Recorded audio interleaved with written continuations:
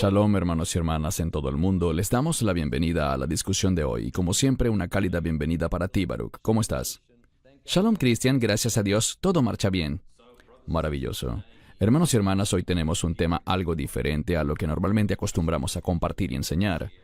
Y la razón es que notamos que, tristemente, hay un gran número de creyentes, y hablaremos de los no creyentes también, pero hay un alto número de cristianos que no creen que el infierno es un lugar literal. Ellos solo creen en el cielo. También creen que habrá un reino eterno, pero no quieren reconocer que el infierno existe. La Escritura es muy clara. El Mesías Yeshua habló bastante sobre el infierno. Y los no creyentes, ellos también tristemente no quieren reconocer que existe un lugar llamado el infierno. La mayoría dice, bueno, quizás existe un cielo y yo soy una buena persona, así que debo terminar allí de cualquier modo. Y esto debido a que no leen las Escrituras, obviamente. Pero vemos desde ignorancia hasta una oposición real al hablar de este tema, por lo que analizaremos esto desde una perspectiva bíblica. Así que iniciemos. Muy bien, vamos a entrar en detalle con varios pasajes, pero a manera de introducción, de acuerdo con la Biblia, el infierno es tan real como el cielo. La Biblia enseña clara y explícitamente que el infierno es un lugar real, al que los malvados e incrédulos son enviados después de la muerte. ¿Qué puedes comentar de inicio, Baruch? Ya vamos a leer muchos pasajes, pero inicialmente, ¿qué puedes decir? Mi posición es que el infierno es literal. Es un lugar de tormento en el que las almas son torturadas. Algunos dirán que se trata de un tormento espiritual, cierto, pero a la vez tiene un aspecto físico, un sufrimiento físico. Yo estoy totalmente en desacuerdo con las personas que creen que el infierno será un estado de gran remordimiento por la eternidad. Es más que remordimiento y tristeza. Eso forma parte. Hay llanto y lamento, pero también dice la Escritura que habrá crujir de dientes. Esto indica dolor, lo que llamaríamos un dolor físico, un sufrimiento que puede sentirse.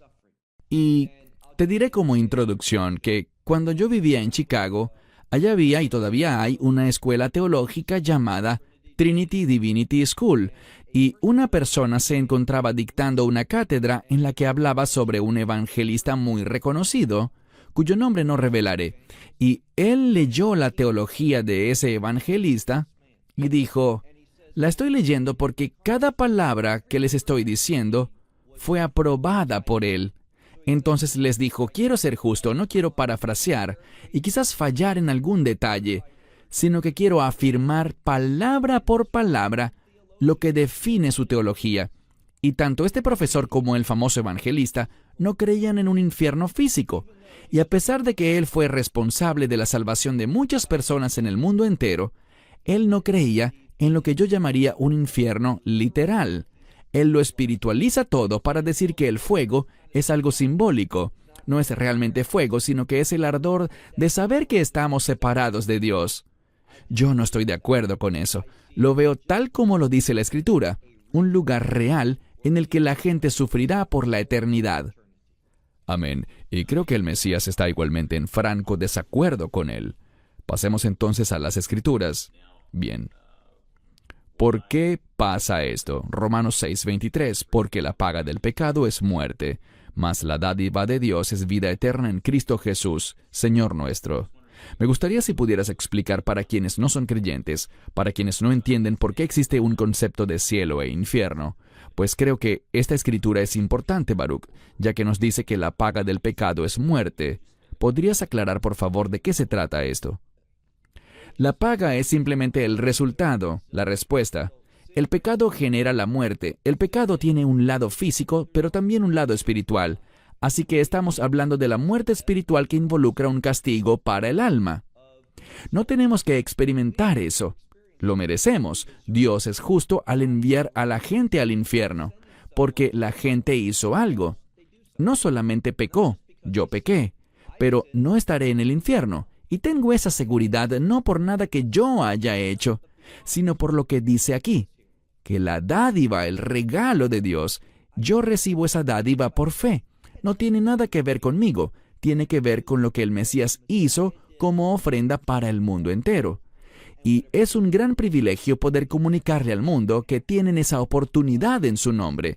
Y se trata, me encanta este concepto, de Haye Olam, de tener vida eterna. Pero noten, en Cristo Jesús, en un pacto con Él, el nuevo pacto, y reconocer que Él es el Señor. Ahora, me voy a salir brevemente por una tangente, pero creo firmemente lo siguiente.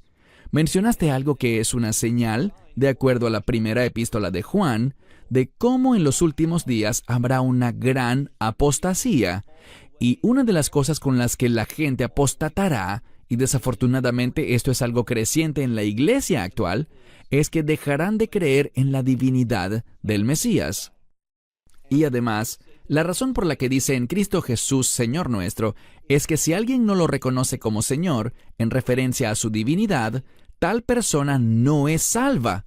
Sé que muchos me han criticado por eso, pero no abandonaré mi posición. Eso es lo que creo.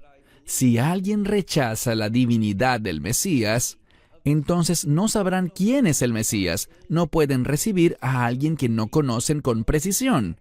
Y por tanto, si alguien rechaza la divinidad de Cristo, no es salvo.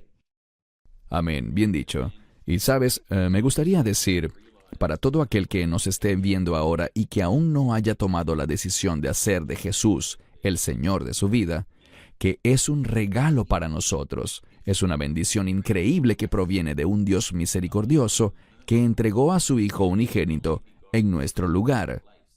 Pero a pesar de que es un regalo, no podemos olvidar que no es algo barato. Su costo fue la vida de Jesucristo, su sufrimiento y su dolor. Más adelante hablaremos un poco más sobre lo que debemos hacer para evitar ir al infierno, a medida que profundizamos más en las Escrituras. Pasemos ahora a Mateo 25:41. Entonces dirá también a los de la izquierda, «Apartaos de mí, malditos, al fuego eterno preparado para el diablo y sus ángeles». Tus comentarios, Baruch. Noten que dice claramente, malditos. Dios nos ofrece bendición o maldición, vida o muerte. Cuando elegimos el Evangelio, elegimos vida y bendición. Cuando rechazamos el Evangelio, nosotros elegimos la maldición y la muerte eterna. A fin de cuentas, siempre serviremos a alguien. O bien servirás a nuestro Señor, el Mesías Yeshua, o servirás por defecto a Satanás. Y en ese caso estarás sufriendo con Satanás por la eternidad en ese lugar, un lugar que la Escritura describe como fuego eterno, y que está preparado, y cuyo humo asciende por siempre y siempre. Es real y solo existe una manera de evitarlo. Si existiera cualquier otra manera, eso significaría que Cristo habría muerto en vano.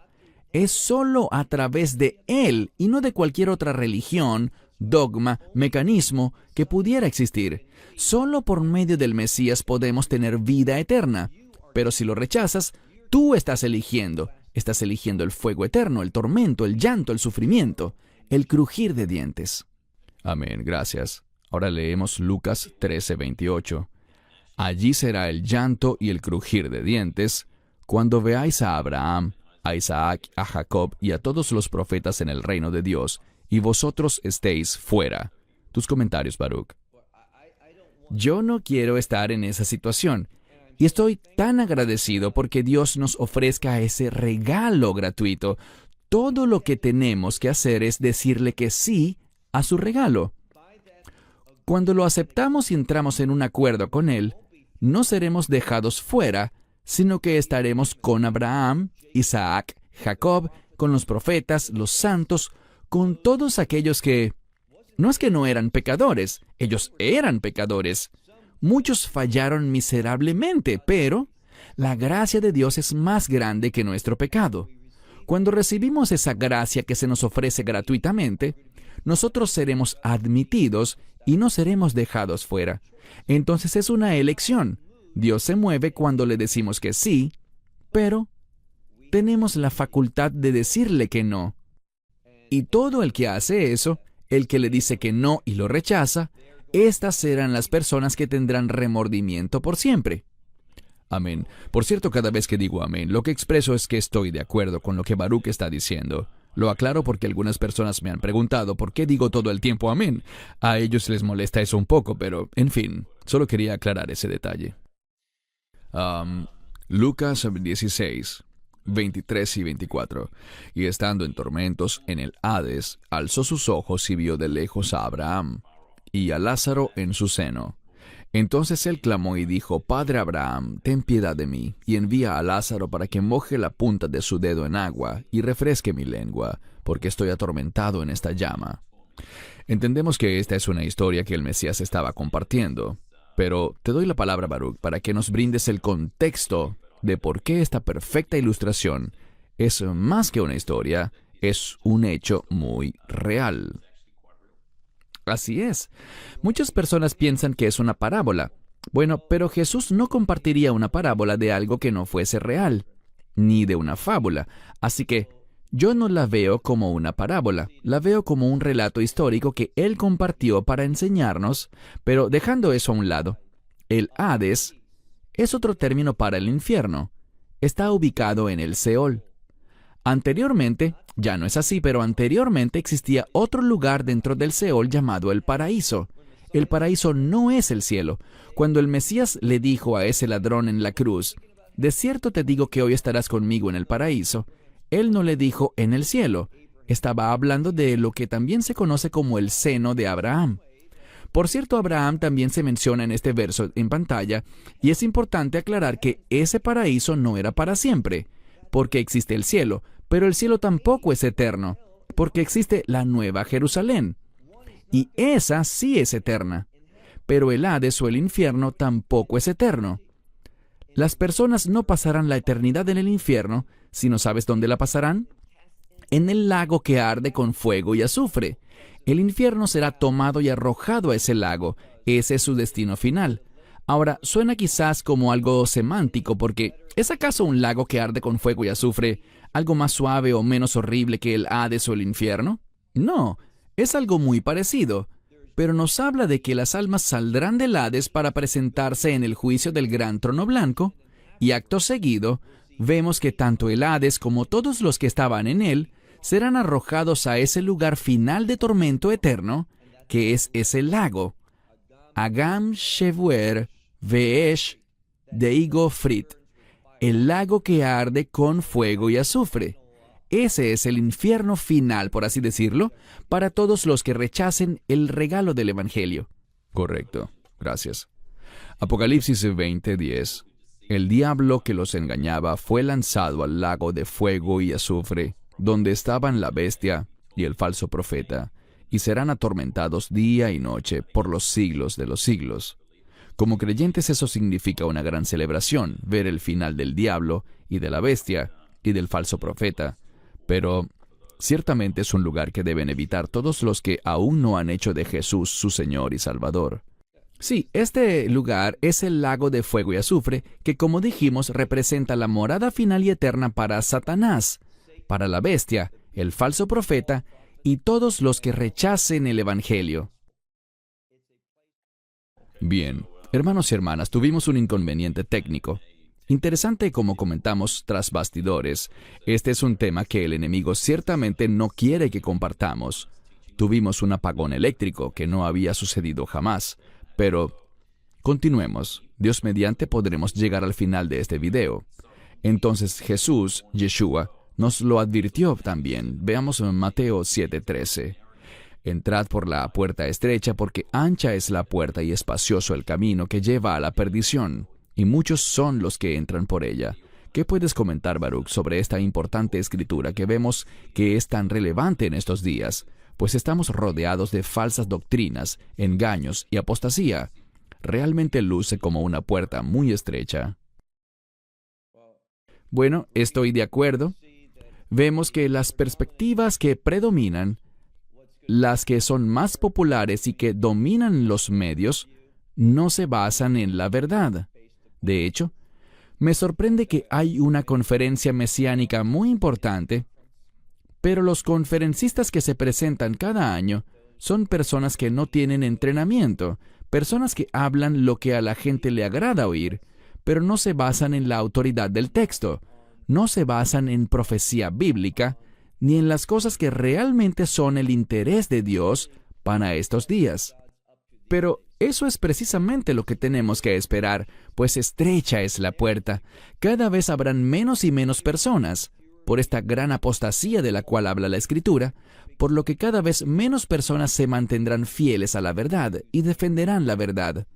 Mi esperanza es que nuestra organización nunca se convierta en una de esas que empiezan a comprometer sus valores y a diluirse, sino que nos mantengamos apegados a la revelación de las Escrituras. Amén, gracias. Otra advertencia que Él nos dio, por supuesto, es la que tenemos en pantalla. Mateo 7, 21 al 23. No todo el que me dice Señor, Señor, entrará en el reino de los cielos, sino el que hace la voluntad de mi Padre que está en los cielos. Muchos me dirán en aquel día, Señor, Señor, ¿no profetizamos en tu nombre, y en tu nombre echamos fuera demonios, y en tu nombre hicimos muchos prodigios? Y entonces les declararé, nunca los conocí, apartaos de mí, hacedores de iniquidad. Tus comentarios, Baruch. Es un pasaje muy conocido. El contexto es que el Mesías está diciendo, no todo el que me dice Señor, Señor. Y la respuesta debería ser, no basta con llamarlo Señor, eso no te hace entrar al reino de Dios, sino recibir el Evangelio. Pero estas personas, en vez de decir sí, la salvación se debe a la redención de Dios, a la obra de salvación que hizo el Mesías, el ungido, ¿qué empezaron a hacer? Empezaron a hablar de las obras que han hecho, de que han profetizado en su nombre, que han echado fuera demonios y han hecho muchos milagros. Están equivocados, pues creen que sus acciones y buenas acciones, hechas en su nombre, son la base para entrar y ser aceptados dentro del reino de Dios. Pero no es así. Un asunto muy importante. Cuando Él les dice, nunca les conocí, es un verbo griego en tiempo perfecto que significa, no los conocí en el pasado, no los conozco ahora y no los conoceré jamás. Todos los que confían en sus buenas obras como la base para entrar al reino de Dios, nunca conocieron y nunca tendrán una relación con el Mesías, porque no se trata de lo que nosotros hagamos, de nuestras buenas obras, sino de lo que Él hizo en nuestro lugar sobre la cruz. Gracias. Lucas 13:25 es también otro texto vital, muy revelador, creo yo. Una vez que el dueño de la casa se haya levantado y cerrado la puerta, y ustedes comiencen a pararse afuera y llamen a la puerta diciendo, Señor, Señor, ábrenos. Él responderá y les dirá, yo no te conozco. ¿De dónde eres? Tus comentarios, Baruch. Simplemente es una ilustración que nos habla de las personas que no tienen una relación de pacto con Dios por medio del Mesías. Si el Mesías no nos conoce, es porque rechazamos su pacto. Esto nos está hablando y revelando en cuanto a aquellos que, quizás más adelante, querrán estar en el cielo, pero llega un punto en el que es demasiado tarde, y por esto siempre les decimos que hoy es el día de salvación. Si escuchas la voz de Dios, no endurezcas tu corazón como en el tiempo de la rebelión. Recibe el Evangelio ahora para que nunca estés en esta posición. Amén, gracias. Bien, ¿qué debemos hacer para evitar el infierno y la separación eterna de Dios? Esta es una lista rápida, pero Baruch, por favor, como siempre, siéntete libre de añadir lo que gustes. El arrepentimiento creo que es la clave. No existe evangelio sin arrepentimiento, en mi opinión. Confesar a Jesucristo como Señor y Salvador de tu vida. Confesar con la boca y creer en el corazón que Jesús nació de una virgen, que murió y derramó su sangre en la cruz, y que al tercer día resucitó de entre los muertos. Obedecer los mandamientos de Dios, adorar y servir a Yeshua o Jesús. Pasar tiempo en la palabra y en la oración diariamente y amar a tu prójimo. Creo que este es un resumen de lo que deberíamos estar haciendo. Antes de darte la palabra, Baruch, quiero enfatizar algo que inicia con el arrepentimiento. Muchas veces vemos tristemente a gente que pasa al frente en las iglesias y repite la oración de fe, la cual en ocasiones no es hecha bíblicamente. Todo se resume en un «Te amo Jesús y te invito a mi corazón», punto. Nada de arrepentimiento, nada por esas líneas. Nada que guíe específicamente a la gente a confesar lo que ha hecho desde que nació. ¿Qué puedes decir, Baruch, en este punto? ¿Crees que hay algo más que agregar a la lista? Bueno, creo que tenemos 6 cosas allí. Las 2 primeras son la base de la salvación para poder entrar al reino de Dios y evitar el infierno. Más las últimas 4, obedecer los mandamientos, adorar y servir a Yeshua, pasar tiempo en oración y lectura diaria de la Biblia y amar a nuestro prójimo. Todas esas cosas son las que los creyentes han sido llamados a hacer como demostración de su salvación, servir a Dios. Entonces, las primeras 2 son la base de la salvación, mientras que las últimas 4 son la evidencia de la salvación, cómo se comporta un verdadero creyente. Y yo creo que es un gran resumen de lo que debería reflejar la vida de un creyente. Iniciamos arrepintiéndonos, aceptamos el Evangelio, como dice allí, confesando al Señor Mesías, creyendo en el nacimiento virginal, en su muerte en la cruz y el derramamiento de su sangre y su resurrección. Se requieren todas esas cosas para conocer y recibir al Mesías. Y luego, ¿cómo debemos vivir nuestra vida en Él? Excelente, obedeciendo los mandamientos, adorando y sirviendo a Yeshua, pasando tiempo en oración y en la palabra, y demostrando la Torá con ese mandamiento fundamental de amar al prójimo como a uno mismo. Gracias.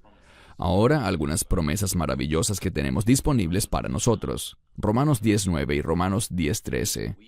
Que si confiesas con tu boca que Jesús es el Señor, y crees en tu corazón que Dios lo levantó de los muertos, serás salvo. Romanos 10:13. Porque todo aquel que invoque el nombre del Señor será salvo. Tus comentarios, Baruch. Sí, así de simple. Cualquiera puede hacerlo. Y lo que resulta tan confirmador para mí es que he tenido la oportunidad, no como líder, pero sí acompañando a otras personas que evangelizaban a jovencitos, digamos, en edad adolescente, y algunos de ellos tenían ciertas dificultades, y cuando les compartían el Evangelio y presentaban de una manera muy simple la verdad de lo que hemos visto aquí, los chicos estaban tan dispuestos a recibirlo. Ellos entendían que Dios existe, que es un Dios santo que castiga la maldad y el pecado, y estaban dispuestos a admitir, sí, he hecho cosas que no debían hacer, y de inmediato hicieron justo lo que leemos aquí. Romanos 10:9. Confesaron el nombre del Señor, y fuimos testigos. Yo estuve allí presente viendo a estos jovencitos llegar a la salvación. Lo maravilloso es que este es un mensaje así de simple, y me encanta lo que Charles Stanley dice. ¿Por qué Dios quisiera hacer más difícil o confuso este mensaje? El Evangelio es tan claro y simple que niños y adolescentes pueden entenderlo y recibirlo.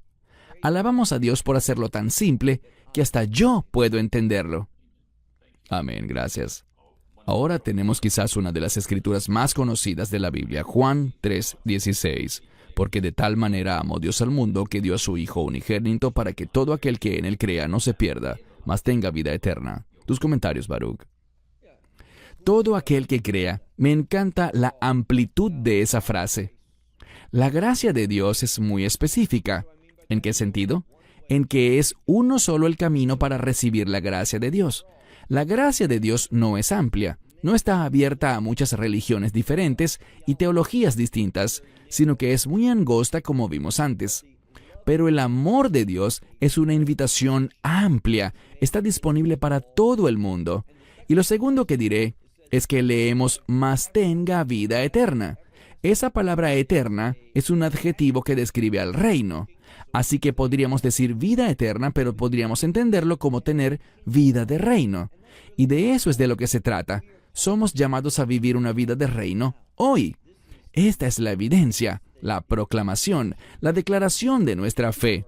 Vivir de acuerdo con los principios del reino ahora, en este mundo. Así es como todo creyente es llamado a vivir. Excelente, gracias. ¿Cuáles son tus comentarios finales, Baruch, sobre este tema tan pero tan importante? Aunque a veces no lo escuchamos predicarse en las iglesias en la actualidad, especialmente en cuanto a cómo evitar ese destino. Pero, ¿qué puedes decir para terminar? Somos llamados, como hemos dicho, a exponer a los falsos maestros. No siempre tenemos que mencionar sus nombres, pero hay uno que dice que su enfoque realmente está en el Nuevo Testamento. Tanto así que ha afirmado que a él le gusta desenganchar el Antiguo Testamento del Nuevo para predicar solo el Nuevo Testamento.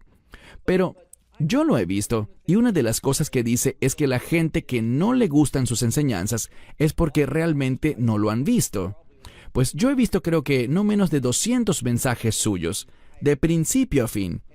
Y en ese tiempo, nunca le oí hablar del infierno, de castigo, de tormento, de juicio, de verdadero arrepentimiento.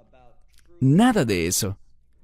Pero cuando leemos el Nuevo Testamento, el Mesías enseñaba sobre estos temas todo el tiempo. Pero este sujeto solo utiliza el Nuevo Testamento sacando pasajes que dan ánimo, pasajes que son relacionados con principios y aplicaciones y cosas así. Y estoy seguro de que él quiere ser una bendición para la gente, pero todos necesitamos oír el consejo completo de la palabra de Dios. Por eso estoy muy agradecido de haber compartido hoy este tema sobre la realidad del infierno. El infierno existe.